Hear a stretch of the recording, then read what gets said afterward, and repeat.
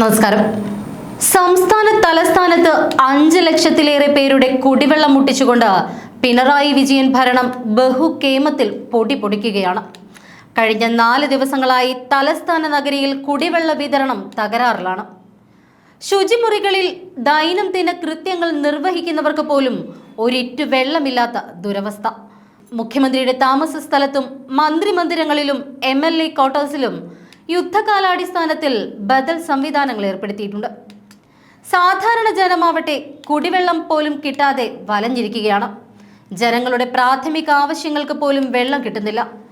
ഭക്ഷണമുണ്ടാക്കാൻ പോലും വെള്ളമില്ലാതെ ദുരിതാവസ്ഥയിലാണ് ജനം. സർക്കാരിന്റെ ഭാഗത്തു നിന്നുണ്ടായത് കുറ്റകരമായ അനാസ്ഥ തന്നെയാണ്.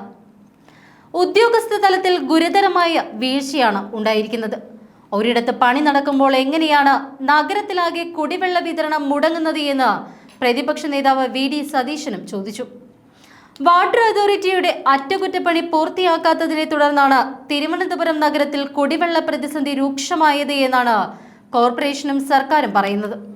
കുടിവെള്ള പ്രതിസന്ധി രൂക്ഷമായ സാഹചര്യത്തിൽ തിരുവനന്തപുരം കോർപ്പറേഷൻ പരിധിയിലെ പ്രൊഫഷണൽ കോളേജുകൾ ഉൾപ്പെടെയുള്ള എല്ലാ വിദ്യാഭ്യാസ സ്ഥാപനങ്ങൾക്കും സെപ്റ്റംബർ 9-ാം തീയതി ജില്ലാ കളക്ടർ അവധി പ്രഖ്യാപിച്ചിരിക്കുകയാണ്. സെപ്റ്റംബർ 9-ന് നടക്കാനിരുന്ന പരീക്ഷകൾ മറ്റൊരു ദിവസം നടത്തും. എന്നാൽ സാങ്കേതിക വിദ്യാഭ്യാസ വകുപ്പിന് കീഴിലുള്ള കോളേജുകളിൽ നടക്കുന്ന പ്രവേശന നടപടികൾക്ക് മാറ്റമില്ല. അതേസമയം അറ്റകുറ്റപ്പണി നീണ്ടുപോവുകയാണ് ചെയ്യുന്നത്. രാത്രിയോടെ പണി പൂർത്തീകരിക്കുമെന്നും നാളെ ഉച്ചയോടെ ജലവിതരണം പുനഃസ്ഥാപിക്കാനാകുമെന്നും വാട്ടർ അതോറിറ്റി അറിയിച്ചു. കുടിവെള്ളം മുടങ്ങിയതിൽ രൂക്ഷ വിമർശനവുമായി പ്രതിപക്ഷ നേതാവ് VD സതീശനും രംഗത്തെത്തി. അതേസമയം 4 ദിവസം കുടിവെള്ളമില്ലാതെ നരകയാതന അനുഭവിച്ച തലസ്ഥാനത്തെ ജനങ്ങൾക്ക് ചെറിയൊരു ആശ്വാസമുണ്ടായിരിക്കുകയാണിപ്പോൾ. പൈപ്പുകളുടെ അറ്റകുറ്റപ്പണി പൂർത്തിയായതോടെ രാത്രി 10 മണിയോടെ തിരുവനന്തപുരം നഗരത്തിൽ പമ്പിംഗ് പുനരാരംഭിച്ചിരുന്നു. അടിയന്തര സാഹചര്യങ്ങളിൽ അറ്റകുറ്റപ്പണികൾ നടത്തുമ്പോൾ പാലിക്കേണ്ട നടപടിക്രമങ്ങൾ ഒന്നും തന്നെ ജല അതോറിറ്റി പാലിച്ചിട്ടില്ല. കോർപ്പറേഷനെ വിവരം പോലും അറിയിച്ചില്ല. 48 മണിക്കൂറുകൾ കൊണ്ട് പൂർത്തിയാക്കുമെന്ന അറിയിപ്പോടെ പണി തുടങ്ങി.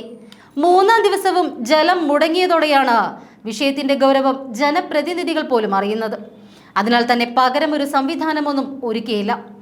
ഉന്നത ഉദ്യോഗസ്ഥർ അടങ്ങുന്ന ക്രൈസിസ് മാനേജ്മെന്റ് ഗ്രൂപ്പിനെ ജല അതോറിറ്റി സൂപ്രണ്ടിംഗ് എഞ്ചിനീയറാണ് വലിയ അറ്റകുറ്റപ്പണികൾ നടക്കുമ്പോൾ വിവരം അറിയിക്കേണ്ടത്. എന്നാൽ ഇവിടെ അതും ഉണ്ടായില്ല. ഇനി ഇങ്ങനെ പറ്റില്ല എന്ന് കോർപ്പറേഷൻ മേയർ ആര്യ രാജേന്ദ്രനടക്കം വ്യക്തമാക്കിയിരുന്നു. ഉദ്യോഗസ്ഥർക്കെതിരെ നടപടി വേണമെന്നാണ് MLA-മാരുടെയും കോർപ്പറേഷന്റെയും ആവശ്യം. അടിയന്തര സാഹചര്യങ്ങളിൽ അറ്റകുറ്റപ്പണികൾ നടത്തുമ്പോൾ പാലിക്കേണ്ട നടപടിക്രമങ്ങൾ ഒന്നും തന്നെ ജല അതോറിറ്റി പാലിച്ചിട്ടില്ല. കോർപ്പറേഷനെ വിവരം പോലും അറിയിച്ചില്ല. ഇത്രയും വലിയ ഗുരുതരമായൊരു പ്രതിസന്ധി ഇനി ഉണ്ടാകില്ല എന്നാണ് അധികൃതർ ഇപ്പോൾ അറിയിക്കുന്നത്. അപ്പോഴും ഇത്രയും ദിവസം വലഞ്ഞ ജനങ്ങളോട് എന്ത് മറുപടിയാണ് ഭരണാധികാരികൾക്ക് പറയാനുള്ളത് എന്ന ചോദ്യം ബാക്കിയാവുന്നു.